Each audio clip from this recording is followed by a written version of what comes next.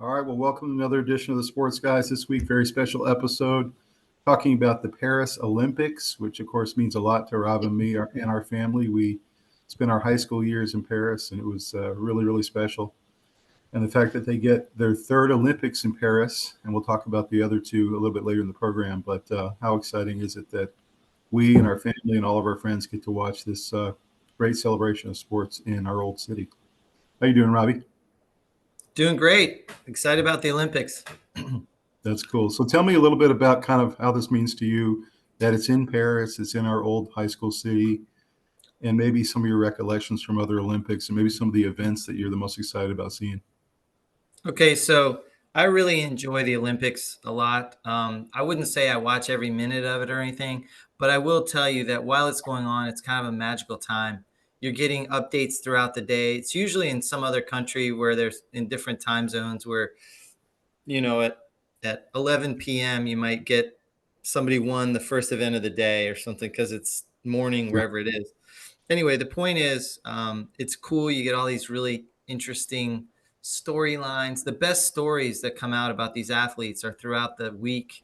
In our research, you don't really get all that much lead up with athletes. You get it during the events. They do all this work on going to people's homes and talking about their training regimens and deals they have with Nike and stuff, and you get all this information on them as you're learning about their events, and then you kind of start rooting for them, and it's sort of like as it's going along, the whole thing is an experience, and I love that about the Olympics. Second, usually they hit at a time when there's not a lot of other things to compete with. First of all, the summer ones are great because they fill in this boring gap where all we really have is baseball. And I always look forward to every 4 years the Summer Olympics because it makes the summers better when they have the Olympics. Um, it's really cool to watch athletes that you've seen at the college level and compete at universities you care about or something like that. Also, returning veterans, we remember them from the last Olympics, and now they're that many years more experienced. And it's just there's always a lot of really compelling storylines that are fun to dive into and sort of lose yourself for a few weeks. And then you add to the backdrop that Paris is a special place for us. We spent a lot of really uh, enjoyable high school years there, made lifelong friends that we still keep in touch with. We have a special feeling towards this city that many Americans, I would say, probably don't. I would say that their experiences have been varied. Often, Americans will go to Paris and they'll run into some rudeness and stuff. And I think that doesn't really tell the story of the city. It's not a fair reflection, but I understand because I've seen that as well. But that can happen, I think, in any major city in America. We certainly have some rudeness in American cities where people are in a hurry and they'll run right over you to get on the metro or the um, underground or whatever. But generally speaking, Paris is an awesome place. The people were really nice, especially when they didn't they didn't think you were a tourist. I think tourists kind of get the worst side of Parisians. So to be fair, I think there's probably a lot of places like that are a lot more enjoyable to live than they are to visit. But Paris is a very special place to visit. It's even cooler to live there, I think. And we have so many great memories. It's going to be really cool to see all these shots from all over the country, not just Paris. Some of our favorite places are Normandy and Mont Saint Michel and south of France, and all these other places are so amazing. So many great memories from there. But you put these two things together, and it's quite awesome. From where I sit, you're putting together this cool city that really means a lot to us with this amazing couple weeks of competitions. I find myself drawn into all kinds of sports I would never really normally watch. Mhm. They're super exciting, and you come away with a new appreciation for people who, they're having all kinds of interesting new events. They've gotten rid Mhm. of some old ones like, men's long distance walking and stuff is gone, replaced by breakdancing, that kind of stuff. It's That's it's right. That's right. I like how there's an evolution to it. They try to stay current with current sports. There's always the staples of the ones in the track and field where, in Athens where it all started, the javelin, the discus, and all these things are probably never going to go away, because that's where the starting point was. Wrestling, those were very important early sports. The marathon, the Yeah, triathlon, those are all part yeah, of the original. Yep. yeah. So you put those two together, you have a really exciting couple weeks. I don't think there's been a lot of hype going into this one, which tells me that we're down a little bit in terms of star power. But I do think American stars have been keeping their heads down, and I think as they start to roll those production stories of this athlete and that soccer player and talking about their hometown and how they got here and all the sacrifices, that's when the juices start flowing. And honestly, one effect I think, Tom, for us living overseas as much as we did is I feel like we're hyper patriotic, because we always yearned for anything American because we were immersed in other cultures, and we could appreciate, wow, this is way cooler than what we have in America, or this is an amazing part of this country, or this is an incredible food. We could appreciate very much so the countries we lived in for what they were. They're always special to me as each one of those. But at the same time, we always a little bit yearned more to be back in the U.S. And we'd get back here and we'd hear people complaining about the U.S. And we were thinking, man, if you lived outside America, you might miss it a little bit, and you'd be surprised. So you anyway, realize how good we have it. how good we have it, and also the things that we appreciate are a lot more ingrained in us than we realize. Not being able to watch American football when we're living in Yugoslavia or in France or something. You couldn't watch every game, and you couldn't watch, so you miss it, and you can't wait to get back. I remember we used to come back and visit, and our friends would sit us down. We'd be gone a couple of years. We'd come back, and we'd still keep in touch somehow, and they'd sit us down and say, let me catch you up on what's happened in music over the last 3 years. And music, TV shows, movies, everything. Because some of it crossed over the pond wherever we were living, but some of it didn't. And so some of the big stuff was just American. And so we weren't exposed to it worldwide. And then other things were completely worldwide, and we knew all about it. So it was very interesting. But I think it has made us patriotic, which the Olympics is one of the coolest things where you can root for your country. In terms of Olympics and World Cup are probably the two big ones. And, there's the World Cup of cricket, but America's nowhere to be found in that. So it's hard to, dive into that. I know it's a big thing. There's other world events that we're not really a big part of, rugby being one of them. We're getting bigger and better, especially in sevens, but, I love rugby too. But it's special when America can compete and kind of get in there and fight with the best of them. And it's fun to root for them. And then you add in an exposure to all these new events. You feel like it's a really cool couple weeks where you forgot how, cool fencing is, and how, different. But you're right. You have new sports coming in. You got lacrosse coming in. They're trying to push pickleball into the Olympics in 2028. You have break dancing. You talked about, or breaking. You have all these new things coming in. So it's kind of cool because you get the young people who love that. Like in the winter sports, you had, the snowboarding and the tubing and all the different events coming there. Yeah. So I like it. I like it. You have the old school stuff that's been there thousands of years, and you got these new sports that are coming in. I think it makes it interesting. You'll always have your gymnastics. You'll always have your track. You'll always have swimming. Those are kind of the big ones. But I wouldn't say I enjoy those any more than a few of the obscure ones. Those are just as cool. One of my favorites has always been beach volleyball. I think it's an incredibly difficult thing to play. I've watched live beach volleyball. These people can jump 3-4 feet straight out of sand. I've never seen anything like it.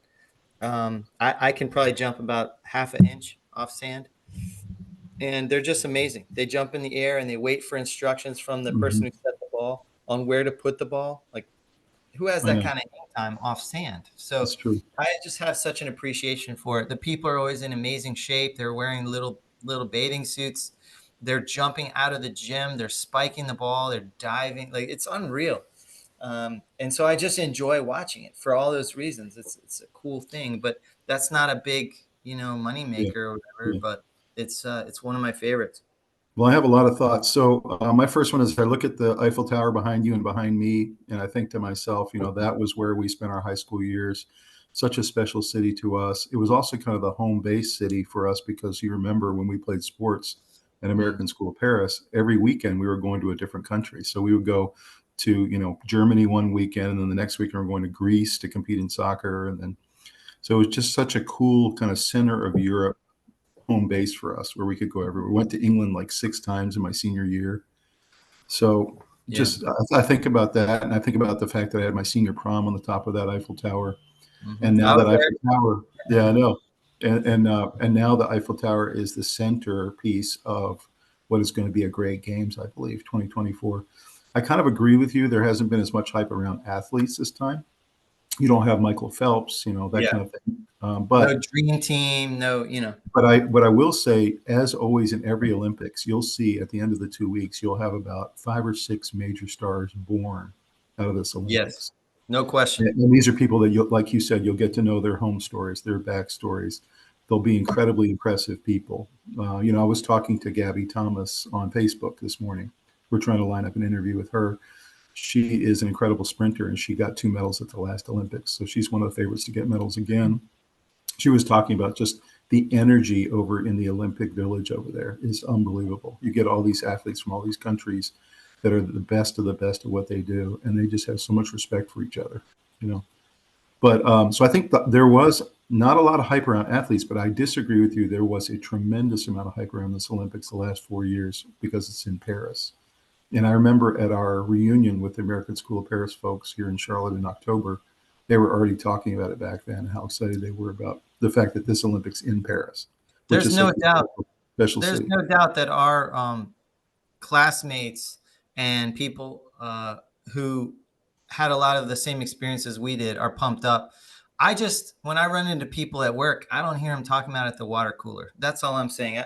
I feel like as it gets going, people are going to get behind it. It's going to be really exciting. So there's nothing wrong with, letting it kind of creep up on us. I'm sure that the media has been doing a good job of putting together these montages and really getting to know where American athletes have a good chance of competing, and figuring out what we're going to want to watch. Obviously, it being over there 6 hours later, there a lot is going to come in after the fact. So much is live, but at the same time, people are working. So they'll get little broadcasts of so-and-so won the gold medal in whatever,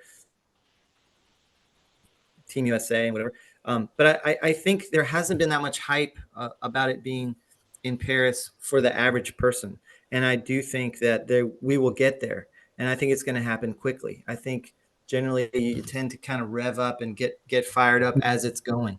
I've seen a lot of people on Facebook this week saying, "I can't wait for the Paris Olympics." Like the hype's getting there. You're right. Maybe it's only building. a week out, but it's building. Yeah, there's Yeah. no doubt. I would also say I remember from being a little boy, mom and dad would turn on the Olympics for us, and I would watch it. And even at 6, 7, 8 years old, Yeah. your boy's age, I was just absolutely glued to the TV. I would watch as much as they would let me watch. Me And too. we're talking about not just my favorites are track and field and swimming. To me, those are the two best competitions. They're the best athletes. But beyond that, I'll sit there and I'll watch archery, which I would never watch any other time of the 4 years. Yeah. I'll sit there and watch the U.S. person try to compete in archery. I'll watch the shooting competitions. Yeah. I'll watch every type of weird sport that's out there that I would never watch otherwise. So I completely agree with you there. It's just exciting to see it live. To see the iconic moments like when Mary Lou Retton landed on one leg and won the gold medal because she had hurt her right ankle. That was just unbelievable. You're watching it live and you don't know how this is going to go. She could have completely fell on her butt and lost. Wait, I thought that was Carrie Strug. No, it was Mary Lou Retton. I thought Carrie Strug was with the leg, and Mary Lou Retton needed a 10 to win, and she got it. Oh, was it Harry Strug? Okay. Carrie Strug, yeah. Whoever it was, that iconic moment was just unbelievable. And then you have things like when the United States had lost a year, an Olympics or two in a row. they bring back the dream team in 1992, and Yeah. essentially we had been sending college kids for a couple of Olympics in a row. We've been losing, and we were tired of that. And they had professionalized the Olympics and allowed pros to come in. Well, then all of a sudden you got all these incredible pros on the team. We destroyed teams by 30 points every game. That was a lot of fun to watch if you're a U.S. fan, of course. But just the iconic moments, even if it's not an American athlete, if it's an incredibly iconic moment, I love watching it. Like Usain Bolt, watching him at his prime, not just win in the 100 meters, but win going away to the point where breaking every record. It looked like he was running against high school kids or something. And so, those are the moments I look for, are the really iconic, unbelievable breakthrough athletic moments where they not only win the gold, but that they become an international superstar and kind of stamp their name in Olympic history. It's so exciting because you're watching history being made because so many records get broken.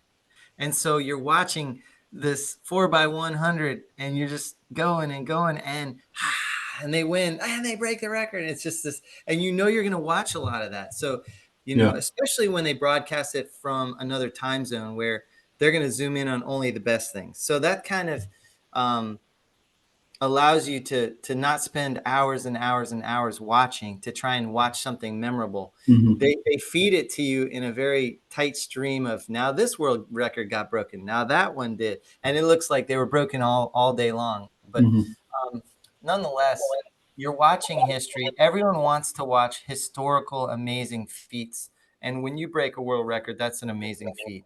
But even when you watch a sport, like I would never watch diving, but then when Greg Louganis was there, he was the greatest ever. Okay. And he won 2 gold medals in a row, two Olympics in a row. Yeah. And you're watching this guy and you're realizing you're watching the greatest to ever do it. So like, I don't care about diving, but I was watching him because not only was he the gold medal favorite. That's what I'm saying. Like, can you name an American diver right now? Like, I mean, there's no household name. I will say I'm really excited about Team USA in basketball. I think we're back to dominating again. We'll see. But so there's plenty of star power on the American basketball team. I would kind of agree with that, except that we barely beat Southern Sudan last night. I know. By 1 point. And Mariel Shayok, by the way, was the star on the Sudan side. Yeah. Ex-UVA guy. Went crazy. So yeah, we're going to have scary moments for them, and they can get beaten. But I think talent-wise, the gap is higher than it's been in a few years. Not as extreme as back when Dream Team was put together, but I think Team USA is pretty strong. I think Steve Kerr is a good coach. They're the favorites in the right mindset. I heard a funny story. They were interviewing Tyson Chandler about going to the Olympics with Kobe Bryant, and he's such a killer. Everyone else was really having fun in the Olympic Village and signing autographs. And he said, I got to get out of here. I can't stand being around all these athletes. I'm ready to take someone's head off. Like he couldn't relax, not even a little bit, not even at a time where it wasn't competitive time. He couldn't turn it off. And so it's interesting because the best of the best, they can't turn it off. They have to compete. It's all they can think about. They can't relax, have a glass of wine and look around the Olympics little village where all the Olympians are and just enjoy the moment. They're thinking about, I got to get back to the gym and practice my crossover. So it's pretty funny. That is funny. So what I love about the Olympics is they're live events. You're watching greatness ensue. Sometimes you're watching the favorite fail, which is kind of you hate to see it, but it's kind of like the agony of defeat. And then sometimes you're seeing reality of it, the realness. Like the year, you remember the Iowa wrestler who was ranked like number 50 in the world, and he took down the Russian who had never been beaten, and he won the gold medal. Those moments you can't script that. This guy comes out of nowhere for the U.S., wins the gold medal. He wasn't even on the radar. Yeah, he got like an early point, and then he just held on. Yeah, and the Russian couldn't get him. I just love that, and the fact that it, like you said, it's in the dead part of the calendar. There's nothing else going on sports-wise. So it fills those 2 weeks. And the World Cup is the same way, just in a different year. I love that too. It fills in these special sporting events that just happen every 4 years. Actually, here's my question to you. Okay, I was going to ask you this one. So I look at the behemoth sporting events in the world. Okay, the behemoth sporting events in the world are the Olympics, the World Cup, Cricket. Super Bowl. No, that's way down. I know, and March Madness. I'm talking about for me. Oh, Those are I'm sorry. Yeah. Mhm. those are my top four. Okay, March Madness, Super Bowl, Olympics, and World Cup. Okay, those to me, I throw Stanley Cup in there maybe as a fifth, but out of those four, what do you think from a U.S. standpoint, not international, U.S. standpoint, is the most popular? And what is your favorite? Oddly, my favorite is the Super Bowl, but the game rarely lives up to the hype going into it. I think the two best American sports after that are March Madness and the Stanley Cup. I agree. By, 7 games. Yeah. But there's so many other great ones. I don't spend much time watching the Masters. I'm one of the few. It's nothing against it. I just can't dedicate that much time to it. But some of the other great ones, I'll usually tune into the Kentucky Derby, but it's not something that I know exactly what date it's on, and I'm looking forward to it for 3 months. But yeah, I'd say March Madness. I like football, but I think it's too drawn out. College football, I think they need to have it more concise and bing, bing, bing, bing. They need to get people while they're on vacation. It shouldn't be going into February. Well, interestingly enough, they're trying to create a March Madness type of feel with this new 12-team playoff. So we'll see if they can capture some of that kind of magic. For the record, I think 12 teams is too many. I think it should be 8. But what's interesting for me is American football is my favorite sport, right? Yeah. My second favorite sport is soccer. And for me, the number one event in the world, the most fun to watch, is the World Cup. That's just for me. And then number 2 is the Olympics. And it's for all the reasons I talked about. Live, all the stories, the incredible magic, these sports you never watch, when they have it in the calendar, the fact that it's country versus country, that always makes it extra special. When you have the U.S. emblazoned on your jersey, there's something special about that. Matter of fact, I got Olympics is way my up USA hat on here, and I also especially have my Virginia Cavaliers logo on because we have a little extra sauce in this particular Olympics. That is 14 University of Virginia athletes competing. And so that gives us UVA fans kind of a little extra sauce to want to watch all these great athletes compete at the Olympic level. So yeah, I love the Olympics. I love the World Cup, especially when the U.S. is playing. It's not the best soccer in the world, but just to have our guys out there competing is cool. And then they do all these story montages on all the players, which is really neat to watch. So, but yeah, the U.S. soccer in the Olympics is going to be something I keep an eye on for sure. But yeah, World Cup is up there, top 10. Well, I'm really excited about this Olympics. I think the like you said, the excitement's building, the hype is building. We're going to get to know these athletes really well. And I hope USA wins the medal count again like they have the last couple. I've noticed that when I look back at all the medal counts the last couple Olympics, there was a couple Olympics there we were barely beating China and Russia. And then 4 years later, our gap got a little bit bigger. And then in 2020, we won over China by like 25 medals. So it's getting a little bit wider, actually. We're actually starting to have more success. So we'll see if that happens here as well. I was joking with a friend of mine at the pool yesterday. We were talking about the old days when the Soviet bloc judges were just insufferable.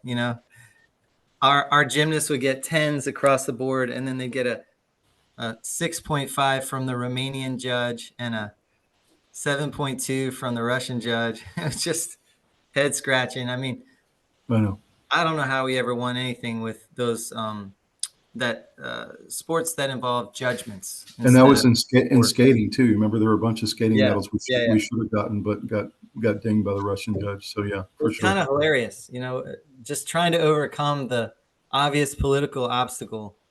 And I'm not sure if we did that to them. Who knows? But well, any other general thoughts about the Paris Olympics before we go into the presentation? The sport I want to watch this time that I don't always watch a lot is the pentathlon. It's the most interesting sport I think that there is. It involves five sports, all played in one day. It involves fencing, which is one touch épée bouts, which I did a little fencing in France, so that's a little interesting to me. I have an appreciation for how hard it is, how much like quick wrist motions involved, and how thrusting with your legs and everything is. It's way harder than people think.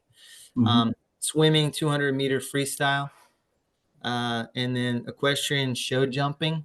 Like putting these sports together and having one champion is amazing. Did you see where they're holding the equestrian events? No. At Versailles. How cool is that? Right That in makes front of total Versailles. sense. I mean, you have to realize that NBC, I believe NBC does a good job in their production. Yeah, they do. And I'm imagining, if you look at all the venues and they're all over France. The way they've positioned each venue with some kind of unbelievable thing behind it. Yeah. The vision, just watching this Olympics is going to be like a feast to It's your eyes. cool visuals. Yeah. Yeah, amazing. And then the fourth and fifth event are combined: pistol shooting and cross country running. So you run, and then you have 4 stops where you have a laser pistol, and you have to run 3,200 meters. And this is one person has to do all these different things. So obviously you have to have a bunch of different skill sets: stamina, skill, mental toughness, the ability to Control your overcome breathing. obstacles. You got to control your breathing. Control your whole body's adversity to, riding a horse and keeping the horse calm. And by the way, the horse, it says it's an unfamiliar horse. So you don't even know it's not like you have this bond with the horse. You have to ride a horse you've never ridden before. That's amazing. Like, what are we doing? It's like crazy. It's like a bunch of frat bros sat around and said, now throw in equestrian, and like it's funny. I'm really excited to see that one because it's so different, Did you see the shooting event they added? I think it's going to be an advantage for the U.S. Sporting clays. Shooting. Yeah. Skeet shooting. So that's going to be pretty cool to watch. Yeah, it should. Because that's, obviously skeet shooting is very big in the United States. Yeah, that should be something we can compete well in. All right, well, let's go take a look at the presentation. All right, so this is our episode 25. This is the ultimate 2024 Paris Olympics preview. You can see some of the major logos on the left there: Paris 2024, the United States Olympic Team, that's their official logo, the International Olympic Committee, and then Paris 2024 NBC coverage. And then on the far right, the Paris 2024 logo is the official logo of the Paris Games with the Olympic flame there in the top. So those are the major logos you'll be seeing in all the different broadcasts. These are the games of the 33rd Olympiad, Paris 2024. The motto for the games is Games Wide Open, or in French, it's Ouvrons Grand les Jeux. Nations competing are 206, the most ever. That's pretty cool. Little factoid, 206 nations. 10,714 athletes have registered. That's a lot of athletes. I know. In 329 events in 32 sports. So you just have a lot of games, really broad spectrum of things you can watch. The opening night, of course, is this coming Friday, July 26th. The closing ceremonies of the games are August 11th, 2024. And the opening is going to be presided by President Emmanuel Macron. If you look at the Summer and Winter Olympics, the previous summer was Tokyo. The future Summer Olympics are going to be in Los Angeles, 2028. So that's in 4 years. So that's pretty exciting. U.S. finally hosting it again. The winter ones, Beijing was 2022, and then Italy has 2026 in Milano Cortina. That's pretty neat to watch coming up in 2 years. And I did put in the 2020 Olympics medal count just to show you what I was talking about earlier, that we essentially won by 24 medals over China this time in 2020. That was a big deal. And you'll notice that they order the rankings by how many golds you get, not by how many total medals you get. So I thought that was interesting. So we only beat them by 1 gold medal. That's what put us in first. And you'll see a country like England is fourth because of the 22 gold medals, but they don't have the most medals compared to like the Russia Olympic Committee or some of the others. But that was interesting how they rank them by gold medals only. Yeah, I do think that's interesting. I would say it would be more interesting to see the ranking of total medals, because that shows that your country competes at a high level in all these different sports. Right. And so we got 113 there. So we should have easily been ranked first, right? Yeah. Any thoughts about it? Is this pretty much what it's going to look like coming out of this one, or do we feel like Hard to say. we don't have the star power we had last time? I don't know. Star power is sort of something that's built up with branding and marketing. Doesn't mean that they're better. So I think our team's going to be strong. Hard to say what's going to happen, but the world has definitely caught up on a lot of different stages. So I feel like the Russian Olympic similar. Committee, they're usually third or second, Russia, but they dropped quite a bit last time because remember they were banned for a bunch of reasons. Yeah, I don't think they could compete in everything. Yeah, so essentially they were trying to punish Putin for some of his actions, so they banned them, but they allowed the athletes to compete on their own. And so I have to think now that Russia's back as a full country, they're probably going to be a little higher in the rankings, I would think. Yeah. They always are really good in most sports. But not so much in summer. Yeah, I guess we'll find out. They're good in gymnastics. I can't think of any other summer events where they really dominate. I mean, they can oftentimes be a little competitive in basketball and stuff, but you're not thinking of beach volleyball, thinking of Russia. So 2020 was the best finish by Great Britain in 40 years. So yeah, I don't know what it is that they're doing with their sports program, but they've really come up. They're rising. Yeah. And then Japan coming in third really surprised me. I didn't realize that's the one. Japan's the one being up there that's surprising. That they were that good in that many sports. Pretty impressive. Yeah. They put their mind to something. They're good at it. Yeah. And then Australia, I read 11 of the 17 medals they got on the gold side for Australia were swimming. So, you know, if United States has a rival in swimming, it's typically Australia. I don't know why they're so good in swimming. I think Netherlands also. Yeah, Netherlands. Yeah. Yeah, those two countries give us a run for our money. I remember that guy, Ian Thorpe. Exactly. He's good. Yep. Yeah. So history of the games. The Olympic Games have a rich history that spans thousands of years. The ancient Olympic Games were held in Olympia, Greece, every 4 years from 776 BC to 393 AD. So essentially for 1,000 years, they ran these games to honor the god Zeus. The games were a celebration of Greek gods that lasted 5 days and included athletic competitions, artistic activities, and even sacrifices. Some of the sports that were part of the ancient games are still included in our modern games. And you mentioned some of those, Robbie, that are there, such as marathon, triathlon. Ancient games also included artistic activities like music and poetry and singing and theater. So it's kind of interesting. We didn't carry that on into the modern games, that they had those non-athletic aspects as well. Ancient games had a few rules. That'd be cool if we could have Taylor Swift for the U.S. Yeah, wouldn't it? Wins the gold medal. Yeah. Yeah. The ancient games had a few rules, including no biting or eye gouging. And competitors fought until one gave up or died. So they essentially had some people die during the Olympics. Really amazing. Yeah. There were also no weight classes or time limits. So you could potentially be a small guy fighting a big guy or something like that. One famous event was the hoplite, where runners raced while wearing full armor. You can see a picture there on the bottom. You had to carry your shield and your sword and your armor and everything else while you were sprinting. Must have been an interesting sight. And you can see what the boxing used to look like. And they would essentially box almost to the death.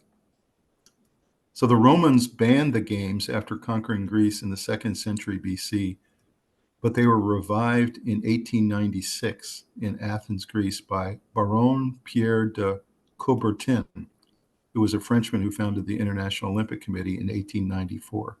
So it was really his brainchild to bring it back and do the modern Olympic Games. The first modern games featured 43 events and 280 participants from 12 countries. Since 1994, the Winter and Summer Olympics have been held every 2 years, alternating between the two.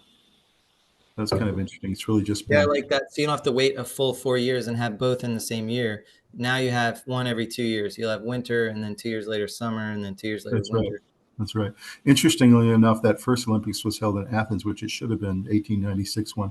Then in 1900, it was held in France, and that was the French first one. You can see it here on the left are pictures from that 1900 Olympics, and you can see the running races. The judges had to ride bikes to monitor it because they didn't even have cars back then. That was 1900, and you can see one of the events they had in the 1900 Olympics was tug of war, which I think is just hilarious. That was part of the Olympics. And then on the right was the 1924 Olympics, also in Paris. 24 years later, that was the games of the 8th Olympiad. And you can see pictures of them doing the different processions into the stadium in 1924. I'd like to see the tug of war in there. That'd be cool. Wouldn't that be neat? Iceland would win. They'd probably have like the strongest people in the world. Or like Denmark or something, those countries. Yeah, like Iceland, Denmark, and Poland or something. Yeah. Norway. It's just, yeah. So what are your thoughts about third time Paris hosting? I think it's interesting that there was a long gap after it was abolished, and then they came back in, 1894 is not that long ago. So that's pretty cool. Well, and I think also, Paris not hosting it since 1924 is kind of surprising because it's such a major country of France, and then it's a major city. They were chosen for many reasons. I was reading the reasons that they were selected over LA and a couple of others, but one of the reasons was they wanted to make it the 100th anniversary of the last time. So 1924 to 2024, kind of a cool little thing that they haven't done it in 100 years. Going to be interesting. So a total of 329 medal events will be held, with 35 venues hosting the games events in Paris, Île-de-France region, and across the rest of France. And you can see some of the unbelievable venues. There's I was looking at them, there was something like 89 venues or something. You can see the beach volleyball that you love and I love, Robbie, is right next to the Eiffel Tower. You see just below that is the arena where they're going to have the basketball competitions. The one just below that is where they're going to have the competition climbing, where they climb up and down the wall. The one in the center middle top is going to be the final for soccer. That's the soccer stadium where PSG plays. They're going to have the final there, but there's going to be a bunch of soccer played all over France in the early rounds. Then you have Roland Garros. You see there in the middle, that's where the tennis competition will be, and that's where they have the French Open every year. What a cool venue to have the Makes sense. Yeah. Garros. And then down below that. I used to go to that. It was so enjoyable. What a cool thing to go to those stadiums. And the coolest match I ever saw was at Roland Garros. I think I was a senior in high school, and I went that year, and we saw McEnroe and Lendl. Yeah, and it was an epic five-set match, and actually Lendl won. A friend of mine, Randy, was one of the ball boys for that match. Yeah, it was incredible. How crazy is that we went to high school with? It was before I met him, but he told me the story about it. Mm-hmm. Below that, you've got the place where they're going to have wrestling and judo. So that'll be an interesting competitions there. Then you got the major course that's just outside of Paris, where they have the French Open golf tournament, where golf will be held. And then below that is that unbelievable, huge aquatic center they built just for this Olympics. It's brand new. It has multiple pools and some with different types of swim lanes to be able to accommodate all the different events that are on the swimming side of the competition. They were saying that France spent the most ever getting ready for this Olympics, not just in venues, but I don't know if you know this, but they started 7 years ago cleaning up the Seine River. And they're going to have all the outdoor swimming events actually in the Seine, the long distance swimming events in the Seine River. Yep. And they're going to have several of the canoe and rowing events in the Seine River. That makes sense, the rowing and stuff, but swimming in it, I don't know about that. What's interesting about the swimming and rowing and all those events is they're going to have to accommodate for what is a pretty good current. The Seine has a current that they're not used to in most Olympic games. So I don't know how they're going to adjust for that, but swimming in the Seine, I don't know, but apparently they've cleaned it up for 7 years, and they feel very confident that it's the water quality is good enough. Did they build a special facility for breakdancing? No, they're doing it. You see the beach volleyball there with the Eiffel Tower? Yeah. On the other side of the Eiffel Tower, there's this huge promenade, and that's where they're going to have the breakdancing competition. Oh, cool. Pretty cool. Yeah. So I think visually, this Olympics might be the best ever. I guess we'll have to see. But it does look like it's set up to be wow, fantastic visually. yeah, really cool. And the facilities look top notch, you know? Absolutely. So the opening ceremonies will take place next Friday, the 26th, closing ceremony on August 11th. Competition actually begins on Wednesday, the 24th, 2 days ahead of the ceremony, with some preliminary rounds in archery, soccer, handball, and rugby sevens. Love And it. you were mentioning rugby. I really like rugby sevens. Oh, They're just yeah. fun to watch. I tell you And what, I played rugby, and when we would play sevens, that was the most fit you ever had to be, was playing sevens, because you had to be everything. You had to be a forward, you had to be a back, you had to be tackling, you had to be running with the ball. It's amazing, the fitness level. I played soccer my whole life, and I always thought soccer players were in the best shape. And they did a fitness thing, and they said soccer players are the most fit athletes. But I'll tell you, rugby sevens have to be right there, or more so. you know what's interesting is a lot of rugby purists don't like sevens, but I think a lot of new fans to rugby really like it because it's faster. There's a lot more scoring. Yeah. The U.S. team actually has a chance in rugby sevens. They're one of the top 3 teams in the world. And it's largely because they get all these speedy receivers from the NFL coming in Yeah. who get out on the wings and they can't be It's caught. it's less violent, and it's a lot more guys that are sort of like built like in football. It would be like a safety, Mhm. somebody who can tackle but still athletic enough to run with the ball. They So said the receivers that do well from the U.S. in rugby sevens are the ones that not only are fleet-footed, they're fast, obviously, but they also are good at breaking tackles. yeah, So, because you have to be able to use your other arm to kind of push the guy down. and you So, have to be able to tackle yourself. Like you and be have able to to be tackle able to yourself. turn around and be on defense. Yeah, yeah, that's right. Swimming occurs during the first week of the games from July 27th to August 4th, and then track and field takes place in the second week of the games. So that'll be interesting. You'll see like a lot of concentration on swimming and even some gymnastics first week, and then you'll see mostly track and field second week. The marathon traditionally is the last event of the Olympic schedule, and they're doing that again this time. That'll be the last event on August 11th. So any thoughts about all these events coming our way?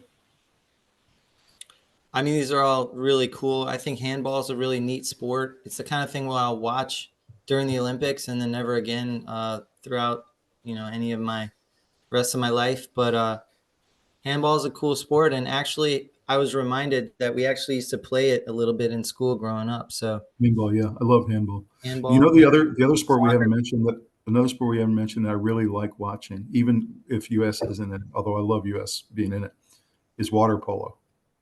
I Yeah. really enjoy watching water polo. It's a great sport.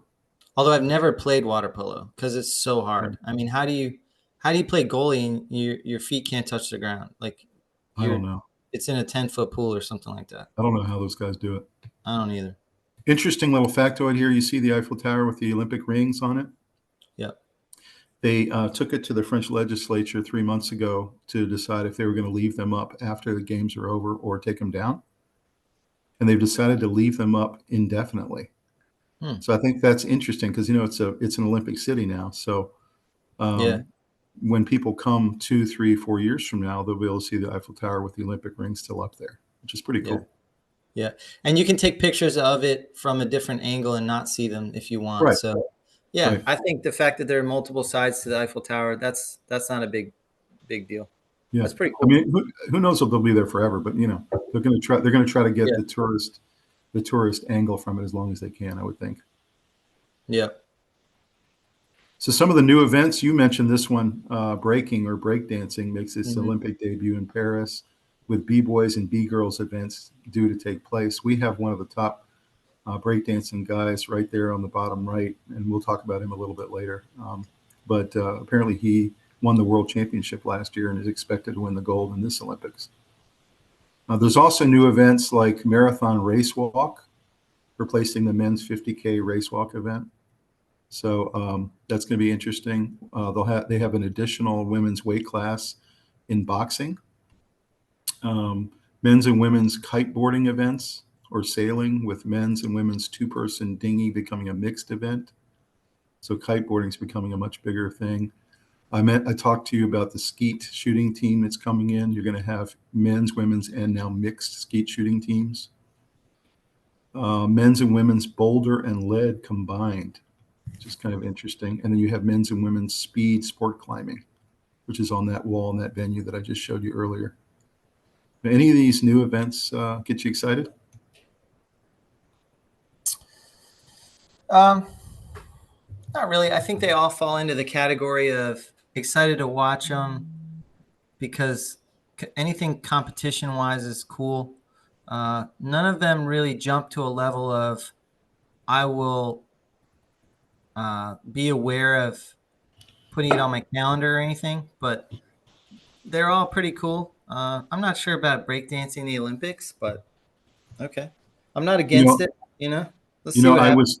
I kind of recoiled when I heard this a week ago when I was doing research for this program about breakdancing being, but when I started watching some of the competitions, and I went and by the way, I went and watched the final of this guy who's the top guy, the American guy, when he won the world championship a year ago. And it is so physical. It's much less about dancing. It's such a physical sport. I was really surprised. And after I watched that final, I was like, okay, I can see this, being an actual sport rather than just like something artistic. Yeah. I mean, it's unbelievable what this guy does. No, there's no question. Yeah. I'm not sure it fits in with javelin. It's just, I don't know. Okay. Yeah. Yeah, I guess they're just trying to continue to, stay in the modern world, I guess you could say.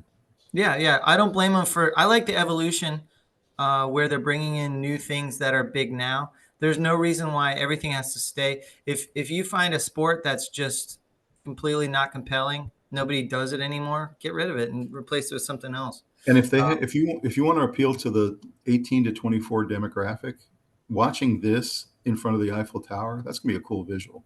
Yeah, I agree. Like I can see my kids watching it for sure.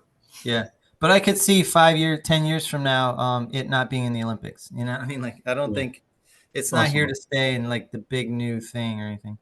But it'll be fun to watch because all these competitions of watching these high skill level people do what they do is really cool. No doubt. So let's talk about the mascots. Les Mascots 2024. So it's pronounced the Phrygias. And you can see them there on the bottom right, what they look like. They're these little characters that are based on a hat. And you can see the hat there in the middle, which was on the French national icon, Marianne. And Marianne was a national hero who is synonymous with the French Revolution. She was one of the French revolutionaries, and she used to wear this red hat. And so they created out of that hat these little characters called the Phrygias. So the Phrygian cap are based on an item of clothing that's the symbol of freedom and has been part of French history for centuries, dating back to ancient times. After featuring on certain flags in Latin America before becoming widely popularized by French revolutionaries, the Phrygian cap has now become a familiar image in France. The symbol of revolution, the French Republic, and freedom, the Phrygian cap can be seen on French national icon Marianne, depicted in busts at town halls across the country and on stamps, and is also covered in the national curriculum in schools. So what are your thoughts about these little characters as their mascots? It's pretty cool. I mean, I like when countries can make the backdrop and the interwoven themes of the Olympics personal to their country. I love that little element usually. Sometimes it gets a little hokey, but I think this one's kind of neat. It's different. And, I'm not going to rush out and buy Phrygian teddy bears or anything, but I think it'll be a cool little thing interwoven into, But you have to think that they remind me of Despicable Me, the little yellow guys. Mm-hmm. You have to think that there's going to be millions of people that go to Paris for this Olympics over the 2.5 weeks, right? And I was thinking about, Robbie, how much you and I love the Champs-Élysées. Mm-hmm. And what they've done is they've made the Champs-Élysées, they're closed it down for the 2 weeks, and they've made it essentially a walking village with lots of chances to buy apparel and gadgets and these little Phrygias. Yeah. So I think they were looking at these as this is an economic opportunity as well, because you can just imagine when these families are walking around in between events. Well, I think when the Olympic Committee gets together for the country that's putting it on. They say, what unique pieces can we put in that are just French, that are just ours, that will make this Olympics stand out and be different? Should we involve music, dance, characters from our history, iconic buildings like Eiffel Towers? What should we do to put this presentation forward to make it unique? And I think this is one of the things you come up with is things that people don't think of when you see France. You want to hear music you've never heard, and then they can tell compelling stories. I think that's really cool. Anytime I see it in a country, Sochi or wherever, these are a local dance team that is demonstrating their local dance and all that stuff. It's cool. And you noticed the one on the left has tennis shoes, but the one on the right is part of the Paralympics, because the Paralympics happen right after the regular Olympics. Right. And that one has a mechanical leg, which is kind of interesting that they've woven that into the toys as well. So they look like little red minions to me. Yeah, you can't tell me that they weren't thinking about the marketability of these things. And well, yeah, no, that's these shirts exactly right. And these, yeah. Because you got your kid, you're holding their hand, you're in between events, and you see these little Phrygias. Of course, they're going to want them, right? Yeah, it's like minions. Yeah. So, but I do like that it's based on one of their national icons, Marianne. Yeah. You couldn't really do it after Napoleon, I don't think. Joan of Arc, maybe. But I think Marianne is a national icon for their revolution that all of them can rally behind. And so then when you look at her hat was what was unique, So interesting. Mm-hmm. We'll see. I'd like to hear if Connor and Brock, what they think of these Phrygias. It'd be interesting. Mm-hmm. So Team USA athletes to watch. They did a poll, and you can see on the left there how it came out ranked. Pretty interesting. Simone Biles, of course, came in number 1 in the poll. Steph Curry was 2. Caleb Dressel, who's he already has 7 gold medals from previous Olympics, and they're calling him the Michael Phelps of this Olympics. He really is kind of the star on the swim team. He's going to sweep up. They think he's going to win as many as 4 or 5 golds this Olympics. Jager Eaton in skateboarding. I've never heard of him, but apparently the 20-somethings know who this guy is. He's the next big kind of skateboarding phenomenon. And so they're excited to see him compete. Of course, LeBron James in basketball. Katie Ledecky is in her 3rd Olympics. She's been killing it the last couple Olympics. Yeah, I want to see her.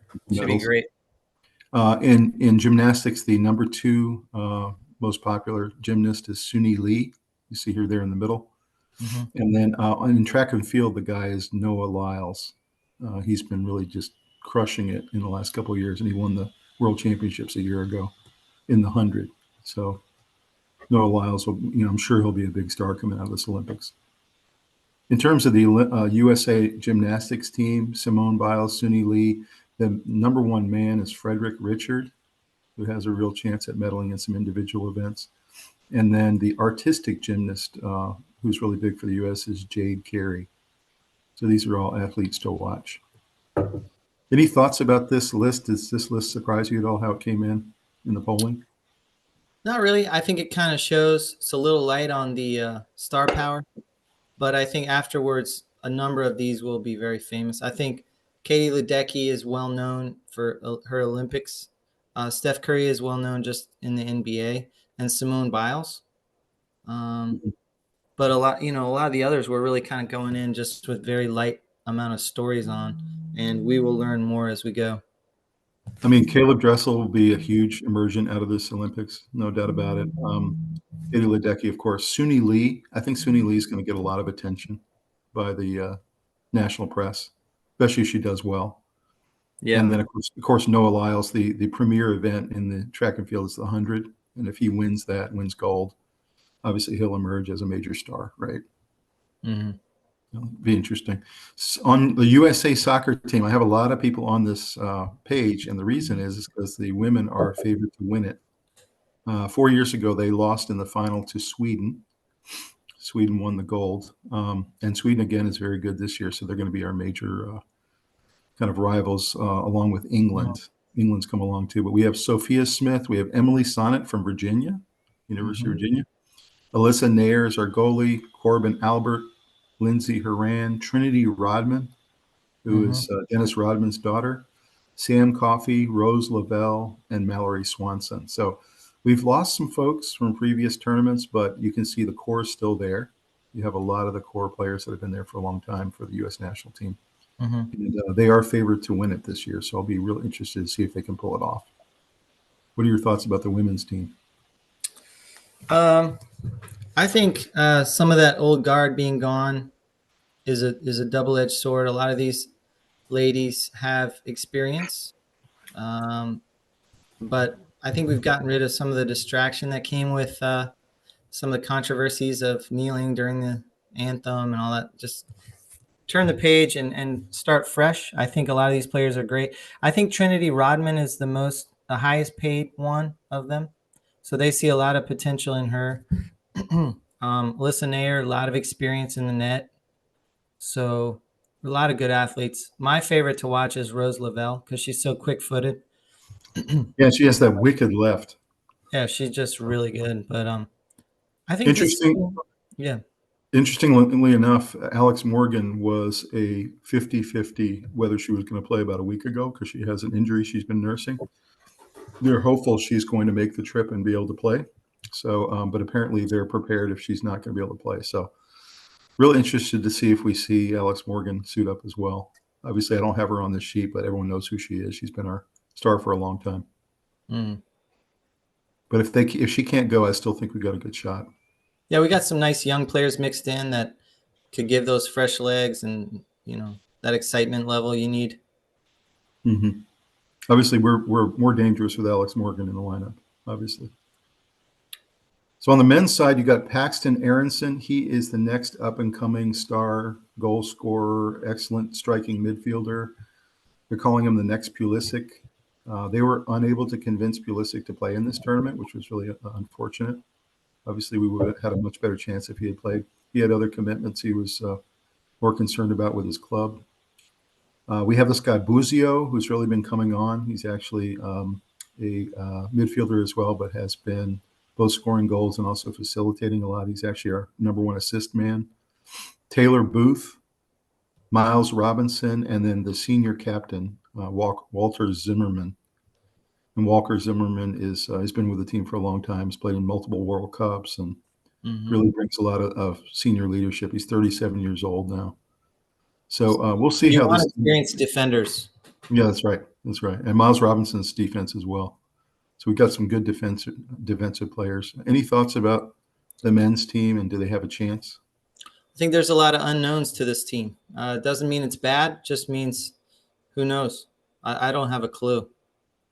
I'm interested to see, they keep hyping up Paxton Aronson as he's the next up and coming, and he's going to make a big impact. I'm interested to see if he actually does in this tournament. The only way to find out is to give him the opportunity, Because if he does, then he could be the next Pulisic, because obviously U.S. is starving for a star at that striker position. Yeah. That's right. It'll be interesting. USA Swimming, there are a lot of names here. You can see led by Katie Ledecky. We got Kate Douglas from UVA. We got Gretchen Walsh from UVA. We got Alex Walsh from UVA. Emma Wyant. Yeah, Emma Wyant. We got Tori Husk and Paige Madden from UVA. We got Erica Connolly, Lily King, who's got 2 gold medals and a silver. So she's a really excellent swimmer. Simone Manuel, Reagan Smith, and Abby Weitzel. And it was interesting. I looked at all these women, and every single one of these women already has at least 1 Olympic medal. Yeah. So we bring back not only the best team, but people that have real experience and have actually won on the Olympic and the World Championship stage.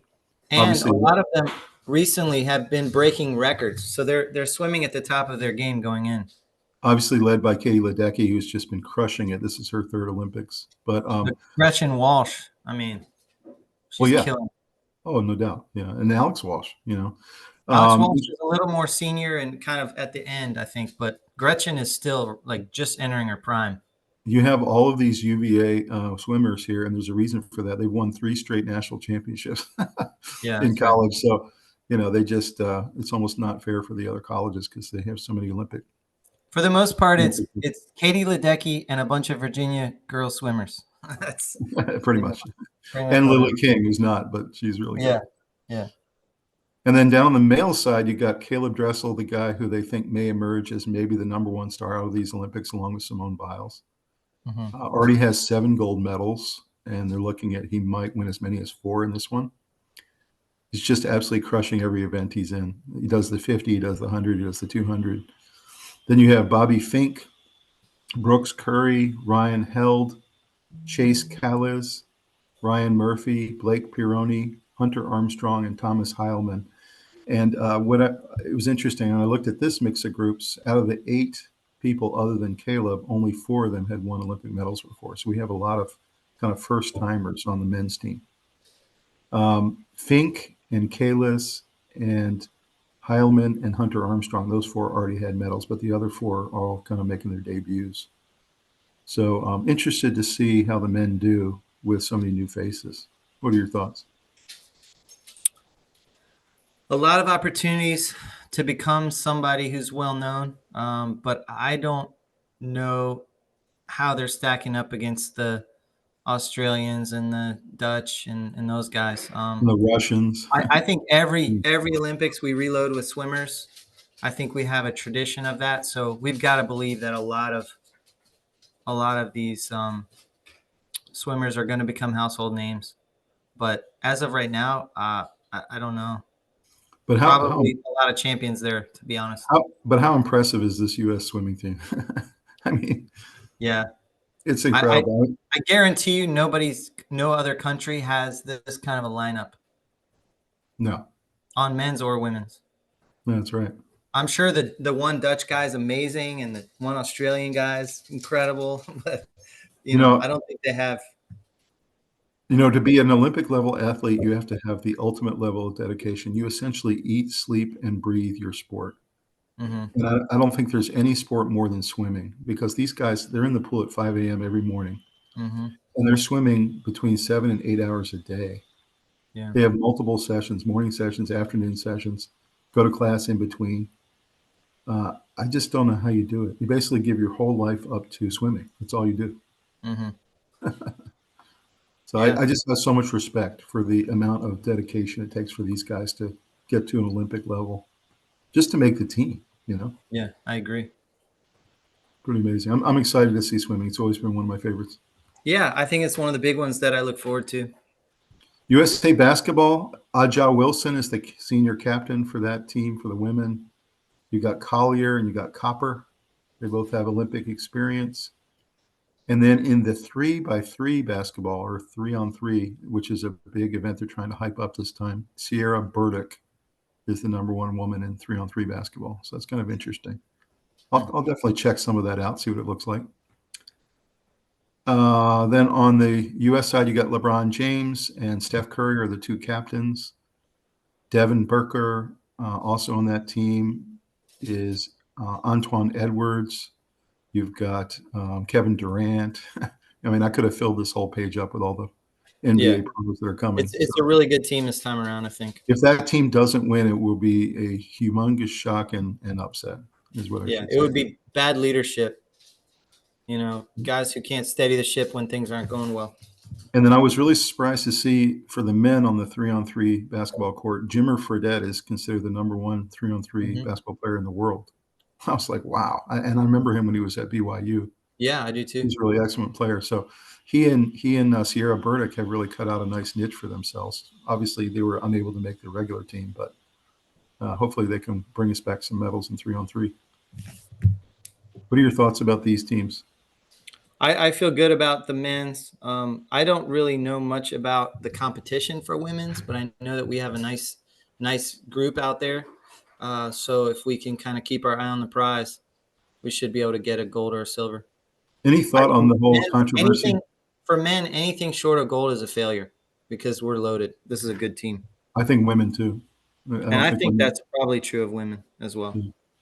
Any thought about the controversy around Caitlin Clark, and she should have been on the team or at least been an alternate and all of that? I mean, I think she should have been on the team, but I think there were some forces aligned against her that kept her off the team instead of them finding all these other. Of course, they ask, well, who would you have left off? I'm not sure the answer to that. But I think in terms of creating a team synergy, she makes her teammates better. So why would you not want that on the team? True. She's the best assist person in all of women's basketball. So, That's true. I can't imagine why you wouldn't put her out there. I wonder if they don't win the gold, if there's going to be some calls about, you didn't have the right people on the team. Or there's always some kind of hand wringing if we don't win. Yeah, and it'll be with the men's too. They'll say something about they didn't use the players correctly, and it was coaching and bad leadership, and it was LeBron's fault or whatever. But Rob, we almost lost to Southern Sudan last night. I know, but who played how many minutes? And I know. Did we really worry? Like, were we really trying hard? Like, that's a bad leadership trait, is to allow the let ups. But it might be the scare that you needed to stay on task. We blew out Serbia, I was happy to see Shayak from Virginia go off like that, 24 points. Yeah. We let them have too much breathing room and get too close to knocking us off. But the game didn't matter.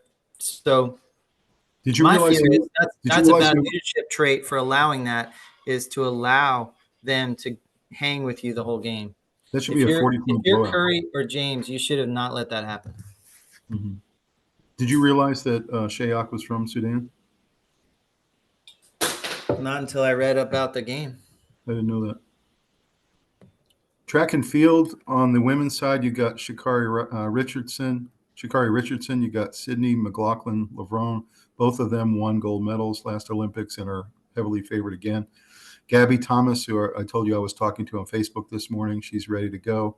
She got the silver to Sha'Carri Richardson's gold, so she's very motivated to try to win that race. She runs in the 100 and the 200. You got Valerie Allman and Brittany Brown, Kendall Ellis, Aliyah Butler, Kaylin Brown, and Aaliyah Hobbs. And all of these folks almost have Olympic medals in their past. A couple of them might be new debuts, but for the most part, this is a really experienced team with lots of medals and lots of experience. Any thoughts about the women's team? I think there should be a lot of medals in there. Yeah, I think so too. It's going to be fun to watch. I would mention, you noticed that Sydney McLaughlin just married Levrone, who used to be with Virginia. Mm-hmm. This is pretty cool. Or Levrone, I guess is how he pronounced his name. Yeah. So it's going to be really fun to watch those girls compete. On the men's side, Noah Lyles, they think will emerge as one of the big stars from this Olympics. He's the favorite in the 100. We got Bednarik and Ray Benjamin, Freddie Crittenden, who has 2 medals from previous Olympics. Ryan Krauser, who's one of the favorites at the shot put, along with Joe Kovacs, who's also in the shot put.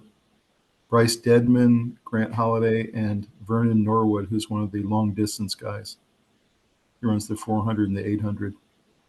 So lots of medals and lots of experience in this group. Any thoughts? I think USA is pretty dominant in track. Somebody always gives us a run for it, but we're always at the top. We're always top 3. So we're going to get a lot of medals, hopefully a lot of golds and some world records. And, I think we'll also have some upsetting defeats, but I think generally speaking, we're going to get a lot of medals out of this group, which is what we really want. Mm-hmm. So it should be good. Yeah, I'm excited. This is week 2. We got the swimmers in week 1. These guys in week 2. I'm sure somebody's going to pull a hamstring and have a disappointing run or something. But right, I think if you look at the body of work for this group on both sides, I think it'll end up pretty good. If we get to interview Gabby Thomas, I'm interested to talk to her about that. What are your preparations? How do you keep your body fresh? How do you avoid the hamstring pulls? What do you do to really just stay completely prepared for race day? I've heard that they're doing a lot of research now at the universities on, they'll measure the length of your hamstrings, and sometimes they're different lengths.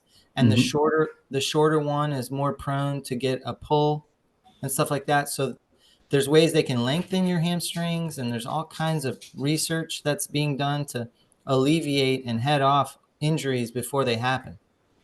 And so a lot of these people who have perennial injuries in the same ligament or the same area are finding ways to strengthen them so that they don't hurt them. You know what I mean? Mm-hmm. Makes sense. Mm-hmm. That's going to be exciting to watch those guys. USA golf and tennis. Of course, Danielle Collins we know very well because she was at University of Virginia as well. She's one of the real top people on the women's side of the bracket, along with Coco Gauff, who's really been coming on for the U.S. She's had some real good results lately. Has gotten real close in a couple majors. Chris Eubanks also has some success, got to the semifinals of French Open this year. And then Marcos Giron is also coming on. He's a real young player, but starting to have some results for the U.S. Any thoughts about any of these folks? I know you mentioned that USA Tennis has been kind of taking a dip lately, but Yeah, these are the 4 best we got for the Olympics. I really follow Danielle Collins. I know she's very close to retirement. Because she went to Virginia, I started following her. She was a 2-time national champion. She's very competitive. She does have some let up tournaments, so she can be beaten. But I'm just really rooting for her to have a good run through this group, and I'm excited about her. And then there's a lot of nice players on here, and hopefully U.S. tennis may not have McEnroe or Lendl, but they might have a great star that's emerging. Absolutely, yeah. So on the golf side, Scotty Scheffler is the #1 player in the world right now. He's won 3 out of the last 4 majors. He very much said in an interview recently that he's completely focused on winning a gold medal. He really feels like he needs that for his legacy.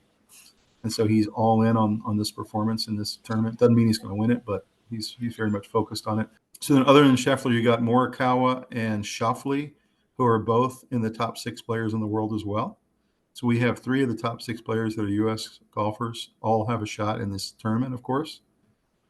So really, I think the golf team for U.S. this time is particularly strong.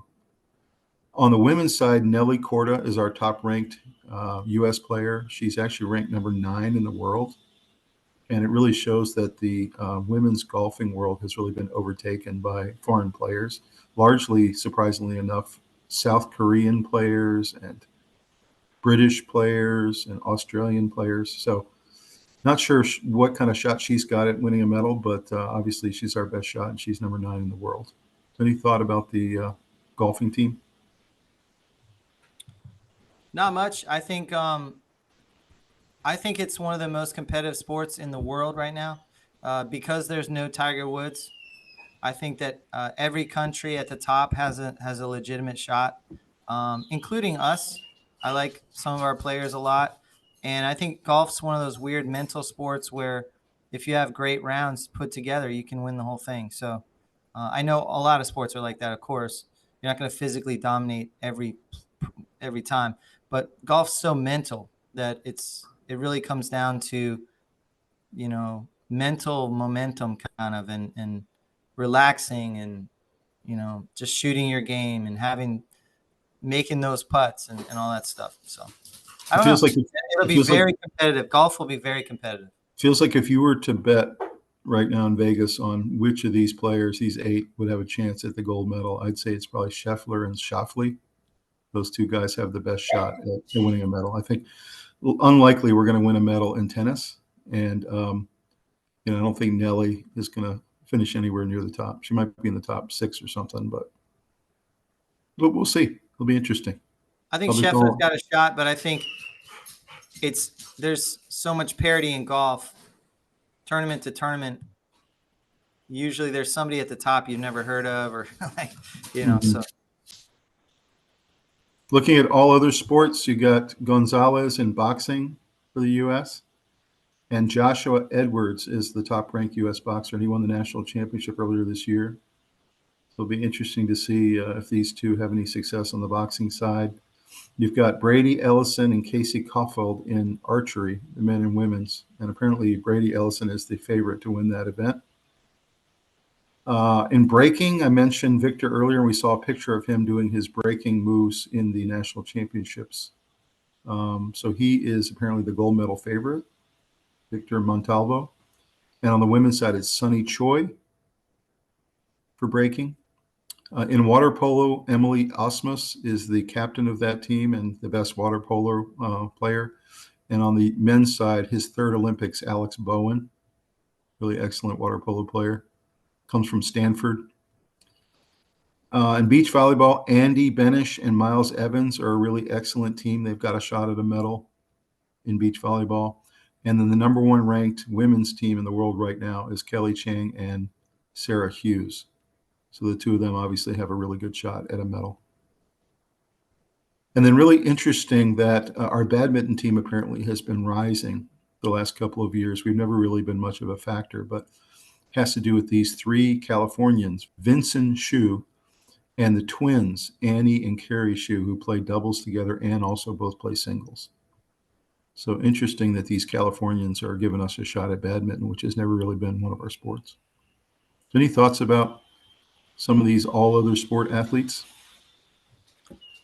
These are some of the sports that really jump out, where you find yourself sucked in, sitting down to watch a little TV, and all of a sudden, one of these matches will come on, and you can't look away. You know, archery or something. It's I love it. You know, I love different sports that you would never pay money to go see or would put on your calendar that 3 months from now the archery championship is going to be on at 2 p.m. You're sucked in like it matters that much. And it's really cool because you're watching people who've worked so hard at something and they've become so skilled that you have a new admiration for it after you watch the competition. So I love that about the Olympics. It's not all about like the big four sports. It's about all these other things too. I think visually these are all pretty cool. I don't know about badminton. That's like the one sport when I watch it, it's just like watching paint dry. And maybe it's just me, but yeah, just I know they play at a high level. I understand that. Sure. Obviously, I'm rooting for these guys. Oh and yeah, interesting that these twins made it to the Olympic level. That's pretty cool. Who's good in badminton? Is that Asian countries? China, South Korea. China, South Korea always dominate. Are there any other spots in the world? Like is Brazil good at Japan? badminton? Japan? Not really. It's like Japan, South Korea, China. So it's kind of an Asian sport. But maybe these guys can break through. You never know. Absolutely. You never know. I mean, if men's curling, you know, four dads off the couch can go win it. Why not? That's right. So continuing on all other sports, you got Chloe Dygert in cycling and Taylor Knib in cycling. Two of them definitely medal shot. You got Matteo Jorgensen in cycling. And then interestingly, Taylor Knib also competes in the triathlon. So I thought that was really interesting that she's a multi-sport discipline athlete. That's incredible. Yeah. Cycling and triathlon. You got Andrew Capobianco in diving and Jessica Parado in diving, along with Delaney Schnell. So got some good diving opportunities there. Morgan Pearson also is in the triathlon. He actually won the bronze medal 4 years ago in triathlon, so he's got a shot. Kyle Dake is our best wrestler. He actually was the national champion last year as well.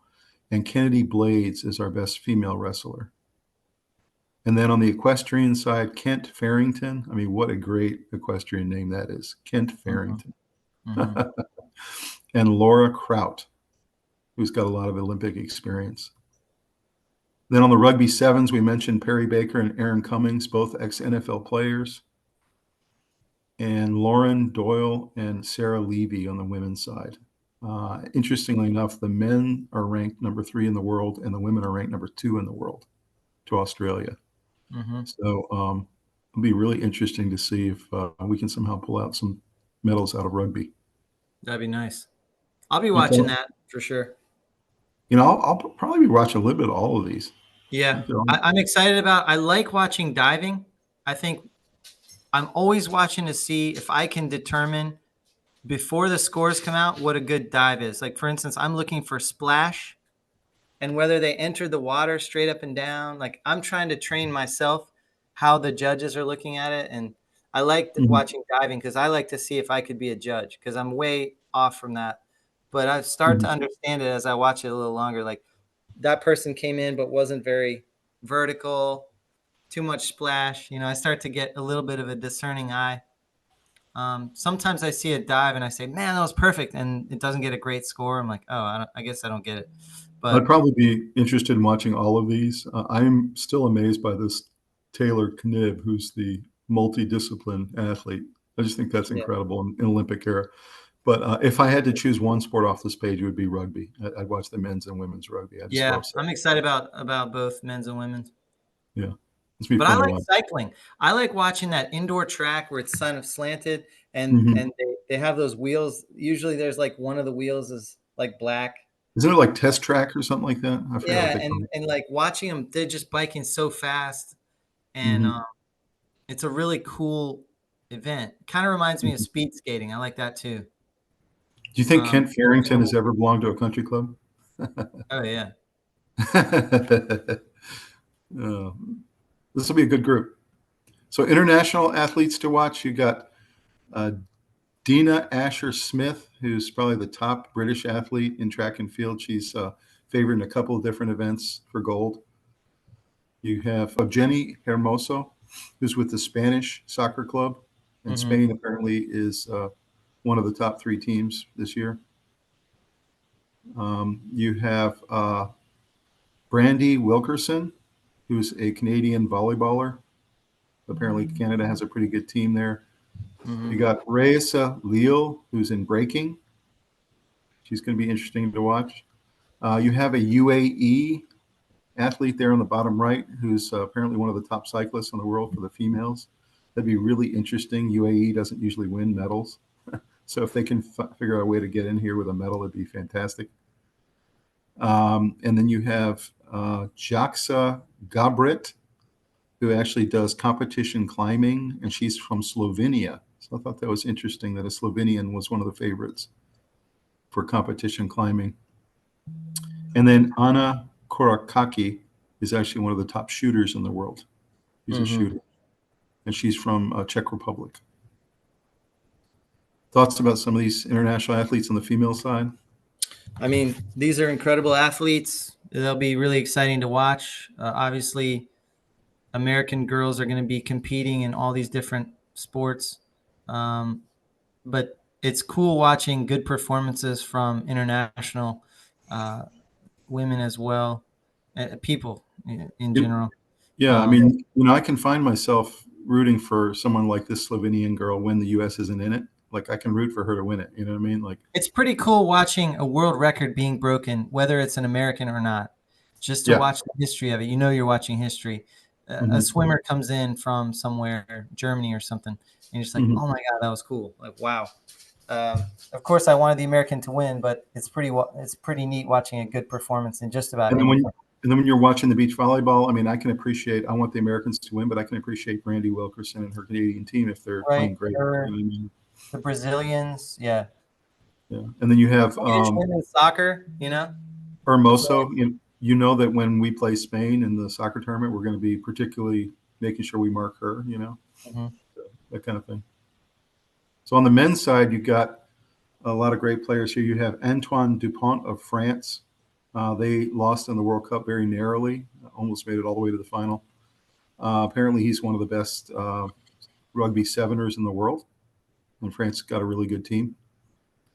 You have Tom Pidcock there, who's actually one of the top cyclists in the world from England. You have Alvarez from Argentina. He's the next up and coming star for the Argentinian national soccer team. They're not calling him the next Messi, but apparently he's kind of their next big rising star, Alvarez. One of the top track and field stars this year is a guy named Chopra from India. He does a number of different disciplines, including the hurdles. He's a really good hurdler. Mm. Daiki Hashimoto, apparently from Japan, is one of the top gymnasts, and they think he might win a number of medals, including maybe the all-around. Rory McIlroy, they think's got a really good shot at the gold. And of course, Djokovic, who's one of the top tennis players in the world, he's on watch as one of the possible winners of the tennis bracket. Any thoughts about these men international teams?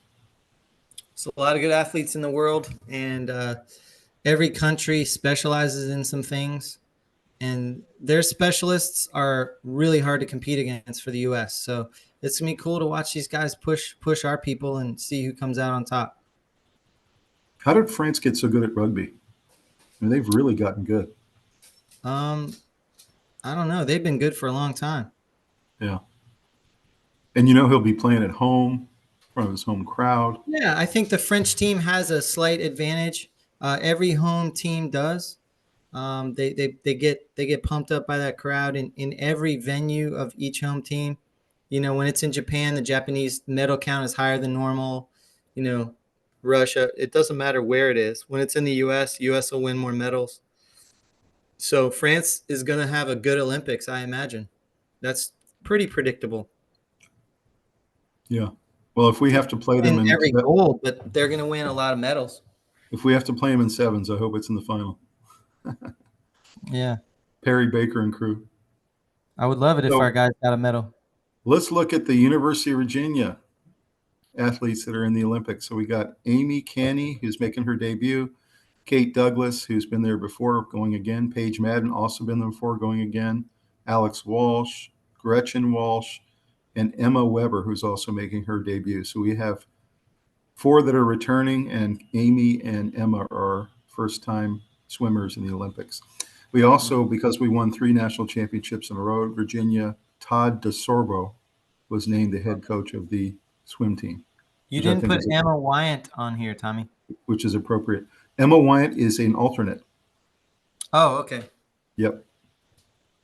Cool. She's an alternate. So she may get to swim, but we'll have to see what happens. Any thoughts about the women's swim team and their coach? I've been watching Kate Douglas, Alex Walsh, and Gretchen Walsh. I've been checking in on them for years now, and I'm really excited. I feel like Alex, this is her last chance to do some damage. Both her and Gretchen have recently had really good swims. Kate, I think, broke a record recently. I follow her on Instagram. So I'm excited about this team. I think there's going to be a lot of representation on the medal stands and even Paige Madden. I mean, all 4 of them have medals already. Even Paige Madden has a medal. So yep. And don't you think Todd deserved it? Yeah, of course. Yeah. I mean, yeah, he's an incredible recruiter, but he's coaching these ladies in an incredible way. I know that he has revolutionized the way they train. So you go to Virginia because you want to be in his training system. That's not an accident. That's not just he gets the best players. It's not Alabama of the 2000s. It's in football. You're not getting 5-star All-Americans automatically. You're getting the best players now because your training system works, basically. Yeah. So you get pride every time a USA athlete wins a medal for the country, right? But don't you get a little extra pride when it's a UVA athlete who gets a medal for the country? Yeah. Well, anytime somebody that is from a school we follow becomes the best in the world at something, it's pretty big deal. Because these are still students, they're still students. Right. It's amazing. They're studying at Virginia. I wonder if Amy or Emma are going to be able to get on the medal stand too, since it's their first time. It'll be interesting. I hope so. But if not, get the experience and then be ready for the next one. So here's some of the other athletes that are going from Virginia. You got Emily Sonnet on the soccer team for women. You got Joe Bell on the men's soccer team. You have Bridget Williams, who's competing in pole vault. The track and field team went all the way to the finals in the NCAA finals this year, which was the first time Virginia had done that in a long time. They have a really good track and field team. You have Sky Dahl and Heidi Long, who are both in the rowing competitions. Sky being in the PR3 mixed shell and Heidi being in the 8 boat. So that's pretty cool. We've always had really good rowers, and now we have some going to the Olympics. Then you've got these 4 on the bottom left that are all part of the track and field. You got Ashley, who's part of the discus. You got the 100 meters Halle Hazard, so she's a sprinter. You got Phillip, who's doing the shot put, and Jordan Scott doing the triple jump. So pretty neat that national championship team has sent so many representatives to the Olympics. And of course, in tennis, you got Daniel Collins, who was the 2-time national champ, and Emma Navarro, who was the national champ last year for Virginia. So we have 2 national champs going to the tennis bracket. Thoughts about these Cavaliers? I think they represent us really well. They're very competitive. They're smart. They're good athletes. They work hard. and they represent the U.S. in the top-notch way. So proud of all of them and all their hard work that paid off to get onto this team is really cool to watch. You remember Joe Bell when he used to play with DK? Yeah. Yep. I watched that championship where we lost in penalty kicks. I was there. Yeah. You know what's interesting is 17 Cavaliers going to the Olympics and 2 alternates. So really 19 total that are traveling over there, along with our coach. Pretty cool.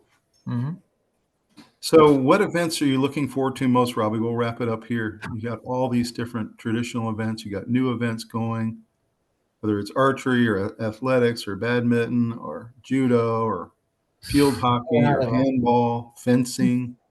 I mean, I even watched some fencing. It's pretty cool. It would be hard for me to tell you one that I don't want to watch. You know what I mean? Like, I mean, the pentathlon, all of them look cool. Judo's shooting, neat, shooting competitions are pretty cool. Shooting, handball, golf. There's Marathon. none that wouldn't be pretty cool to watch. I'm not a huge equestrian fan, maybe. I'll be rooting for Team USA, but I'd say there's a couple here that aren't really good spectator sports, like marathon swimming down the Seine.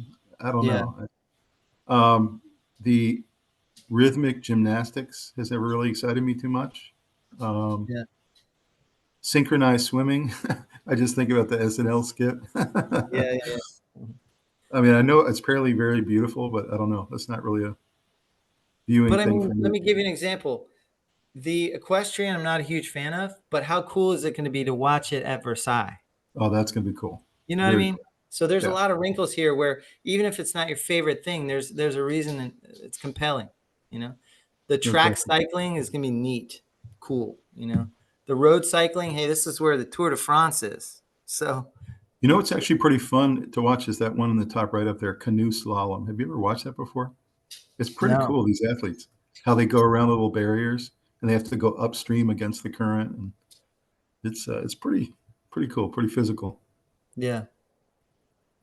I think it's going to be a great Olympics. I'm really excited about it. You don't think there's any you wouldn't enjoy watching? Okay, I agree with that. Yeah. But some would be more than others. Like I really get excited about beach volleyball, track, swimming. You know, I like the relay things. I like the 4x100, and you know, I like when our guys are up there racing and handing off the baton and stuff. That's cool. I love that. Swimming, you know, same thing. Do you think we're going to be dominant in the sports we usually are, swimming, track and field, you know, that kind of stuff? And then do you think we'll not do as well in some of the sports that, you know, all the Asian, ping pong, you know, badminton? You think it's going to go kind of how it always goes, or do you think there's going to be some kind of surprise this year maybe? Oh, I think it's going to go like it always goes, which is there's always surprises. You know, I think somebody's going to be on the Wheaties box that nobody had any idea of. Somebody wins multiple golds or something like that, and you've never really heard of them. So, and then there's going to be some disappointments. Let's face it. There might be somebody who pulls a hamstring, you know, defaults on crossing the line early, or there's going to be somebody who, in trying to perform at the highest level, they overdo it somehow and they come away empty-handed. There'll be those surprises as well. You know, I've seen some unbelievable opening ceremonies, and I've seen some that were kind of disappointing. What do you think? Do you think France is going to put on a show? Yeah, I'm not the biggest fan of opening ceremonies. I rarely sit down and watch the whole thing. I tune in when the competition starts. So to me, you know, some of them get a little hokey and dramatic, and listening to the presentations can be a little nauseating to me. But I'm glad other people enjoy it. I think that I'm not trying to put it down. If somebody wants to sit there and listen to them talk about the dramatic dance that's happening from some portion of the country in this country that's holding the Olympics, I'm fine with it. But there's portions of the opening ceremonies that are actually fun to watch. One is when the flags, when the torch comes into the stadium, and the runners run all across France, and there's been 3,000 people that exchanged it back and forth. Yeah, there's something dramatic about that. Obviously, in the Atlanta Olympics, when Muhammad Ali took it and went and lit the flame, that was just that was cool. So that's pretty cool. I like the torch. I agree. But I don't like the political speeches, but what I do like is to watch the show they put on, the production they put on. And sometimes Yeah. if they do a good job, it can be really incredible to watch. Yeah, it's usually a visual spectacular for sure, but some of the storytelling that here you're going to see this most amazing whatever, and sometimes it's not that amazing. It's just kind of okay, but let's go on. Let's get going with the games. You know, I like watching the countries come in with their flag That's and cool. this huge group behind them, Team USA and Team Britain and whatever. And then the home crowd always is cool because the crowd goes bananas. Mhm. So that part's cool. But I can't sit down and watch the entire opening ceremonies. Yeah, agreed. I And I can't. don't think I've ever watched the closing ceremonies. To me, I'm kind of at that point, 2.5 weeks of events. I'm kind of exhausted. I'm happy, but Yeah. exhausted. Yeah. I don't think I've ever watched the closing. I've never seen it. Yeah. Well, guys, thanks for joining the Sports Guys this week. I hope you liked this video. Subscribe to the channel. I hope you guys really enjoy this Olympics. Competition starts on Wednesday, the 24th, with rugby sevens, and right into the opening ceremony on Friday night. And then, of course, Saturday is just chock full of events from there on for about 2 weeks. So it's going to be a lot of Shout, fun to watch. shout out to all our American School of Paris Rebel friends out there, Yeah. and leave us some comments on who you're excited about seeing and what event, and why you're excited to watch it. Maybe you'll get a good glimpse of the Arc de Triomphe or something. But it's going to be cool. But shout out to you guys. And shout out to those who are actually over there as well. There's a couple of our classmates that are actually there and going to be Yeah. participating. That'll be a lot of fun. And of course, one of our friends from ASP is actually at our beach house right now, Mark. So Yeah. shout out to you, Mark. What's up, Mark? All right. You guys have a great week. Thanks very much for joining. Have a great Enjoy time. the Olympics and Enjoy it. go Team USA.